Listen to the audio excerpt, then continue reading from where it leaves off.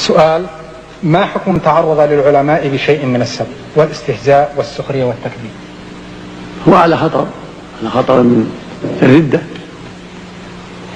أعراضهم سم قاتل، أعراض العلماء والأخيار والعباد سم قاتل خطير.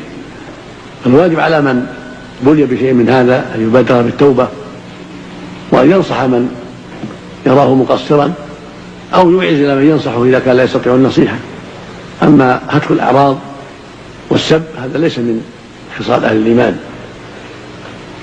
لكن من أظهر المعاصي فلا غيبة له، من أظهر المعاصي والشرور ممن ينتسب إلى العلم أو غيره فلا غيبة له فيما أظهر من الشرور.